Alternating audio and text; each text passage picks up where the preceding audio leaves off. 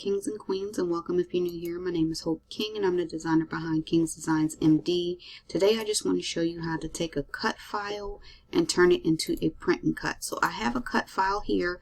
I believe this was uploaded from Etsy.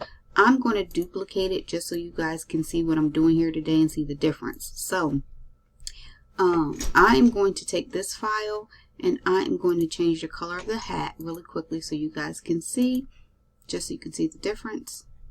And so now the hat color is changed. I'm going to attach it so you guys can see that. First I'm going to change it into a print and cut, and then I'm going to attach it, and you guys could see the difference. If it was just a cut file, you would see it was separated. As a print and cut, it changes it a bit. So now I'm going to click Make It. And now you see your cut file is all one image. You would print it on your computer and you can cut it.